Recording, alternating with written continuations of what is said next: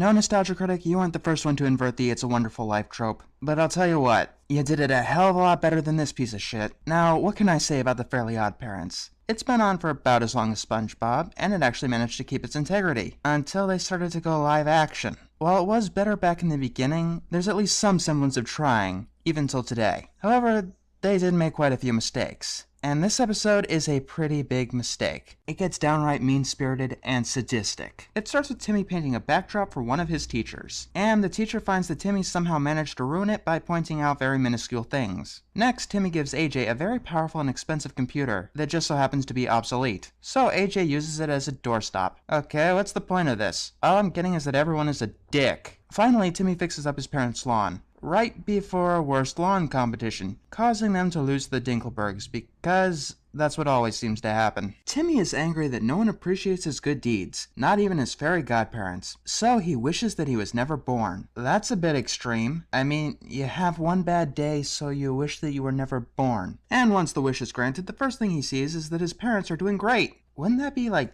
seriously traumatic if you found out that your parents were better off if you were never born? You know, assuming that you had good parents. I know that's cartoonishly over the top, but still, that's a little extreme, especially as the first thing. Dragon Von Strangle meets up with Timmy and rubs his parents' success in his face. Okay, that's just cruel. Then, out of nowhere, he sentences Timmy to the dimension of children who make the world better by wishing that they were never born. Why is that a place? And why does it look like hell? Timmy, in order to save himself, makes a deal. If he can find one person whose life is worse off without him, he gets his life back. Wow, being sentenced to hell changed his mood really quickly. I dare say it was only used to set up this premise and then forgotten about. If I can't, I'll go with you without a fight. That is depressing. They go to the school and find Francis, the school bully who is no longer a school bully. And not Gray. Correct. Without you, he had to find a different outlet for his bullying. You act like Timmy was the only kid that Francis bullied. With Timmy not existing, Francis turned to football. So you're telling me that one of Timmy's purposes in life was to be bullied by Francis. My god, writers, it's like you're coming up with all sorts of contrived conveniences just to teach Timmy a half-assed moral that he probably didn't need to learn. Speaking of contrived conveniences, Crocker has become Harvard's most valuable professor because Timmy didn't ruin his childhood, and AJ got into Harvard at the same age. With a full head of hair? Aw, come on, how is that my fault? That's another good question. You know, just like the other one. Why would AJ care about Timmy holding him back, but not care about him getting him an expensive computer? Think, writers, think! Next they go see Cosmo and Wanda, who are now Chester's fairy godparents. And he is doing a bunch of charity because Chester has always been so giving in the past, and not nothing more than an idiot living in poverty. Vicky is now Dr. Bender's assistant and administers laughing gas. Writers, you just raised a couple more questions. When did Timmy inspire Vicky to become a babysitter? And also, if Bender ever cared about reducing pain, why wouldn't he hire someone else? Finally, Timmy gives up and agrees to go without a fight. I'll send you to the dimension of kids who improved the world by wishing they were never born!